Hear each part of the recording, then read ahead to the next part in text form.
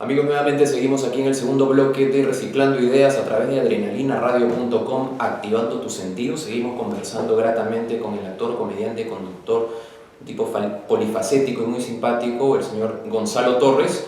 Me parece, Alberto, que se quedó una pregunta pendiente del bloque anterior. Sí, quería que nos contaras un poco cuál ha sido tu experiencia en el teatro, o de alguna forma las primeras experiencias. ¿Qué es lo que más recuerdas? ¿Alguna anécdota inicial que recuerdas? No, bueno, yo en realidad entré a las tablas a través de Pataclown. Pataclown fue, para los que no saben, en el Perú, un hito en la comedia teatral y luego en la televisión, porque éramos un grupo de payasos. En esa época le llamábamos clown, y que era una propuesta nueva, fresca, en los años 90. Y yo entré yo no soy fundador del Pataclown, pero sí entré en un momento a la mitad del grupo y participé en varias, y creo que en realidad yo entrando a Pataclown, pucha, era como si el patito feo en verdad encontrase a su grupo de cisnes. Entonces yo empaté con ese humor al toque y me sentí identificado con todos ellos, que hasta ahora son mis hermanos, ¿no? Y el asunto es que el primer montaje que a mí me marcó para siempre, porque ese primer montaje que se llamó Pataclown Enrollado, en toda esta experiencia, en todo este trayecto, mi padre murió en un accidente de tránsito, y eso fue una semana antes de estrenar. Momentos complicados, y evidentemente decidí seguir con el estreno y toda la cuestión, dedicándosela a mi padre, ¿no? Finalmente, lo interesante es que el clown es una experiencia también de autoanálisis, ¿no? Y es alucinante, porque yo, el único personaje que hasta ese momento tenía y tuve en realidad, era un papá. El papá de Carlos Alcántara en ese montaje. ¿Te mimetizaste? Y ahí sí, bueno, porque todo obviamente en clave de humor, pero y ahí hay, siempre en el clown hay cosas que uno saca de su propia vida, ¿no? Pero de manera inconsciente. Por supuesto.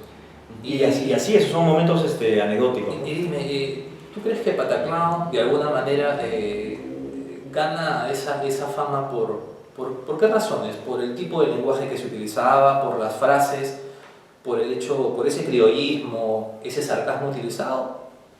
¿O también porque de repente lo ayudó un poco esa coyuntura social que estábamos viviendo en el Perú? Yo creo que las dos cosas. Yo creo que el tema era un tema coyuntural, había unos momentos álgidos, complicados en el Perú, y siempre el humor, Yuli nos enseñó un poco, Yuli Natas, la directora de Pataclown, nos enseñó un poco que el humor es una forma también de decir las cosas sin decirlas, pero que igualmente se dicen. Y el humor es la manera más perfecta de enseñar y de ser corrosivo ante ciertos patrones de la sociedad, ¿no? Y en ese momento en donde todo el mundo se había acostumbrado a que hayan bombas, a que hayan cortes de agua, cortes de luz, etc., burlarse de eso, o reírse por lo menos de eso, era una voz de protesta inconsciente también. Una voz de protesta, pero también una catarsis, ¿no? Sí, por supuesto. Y eso es lo que te permitía, y creo que también el estilo diferente, fresco, con lo que había antes también, empató muy bien con el público en Lima, ¿no? Gonzalo, y ya que estamos hablando de Pataclown, antes de pasar al tema de tu etapa musical, que fue poco antes, me parece, brevemente, de repente, quizás es un tema muy complejo, ¿no? que tomó varios meses, pero ¿Cuál fue el proceso creativo para llegar al personaje con que la gente te conoce más, que es el famoso Gonzalete, ¿no? ¿Viene de repente o sale a raíz de una obra de teatro netamente de Pataclown, una de las tantas, o fue creado especialmente en el proceso para la tele? No, fue en realidad, sí, hay como uno en el clown a veces tiene un personaje que se divide en varias facetas o caras, ¿no? Es como, por ejemplo, Condorito, el personaje dibujado de Pepo. Condorito puede ser Condorito doctor, Condorito policía, ¿no? Sí, entonces, pero siempre sigue siendo Condorito, ¿no? Y entonces, un poco tu clown, tu propio clown se manifiesta de diferentes formas. Y un poco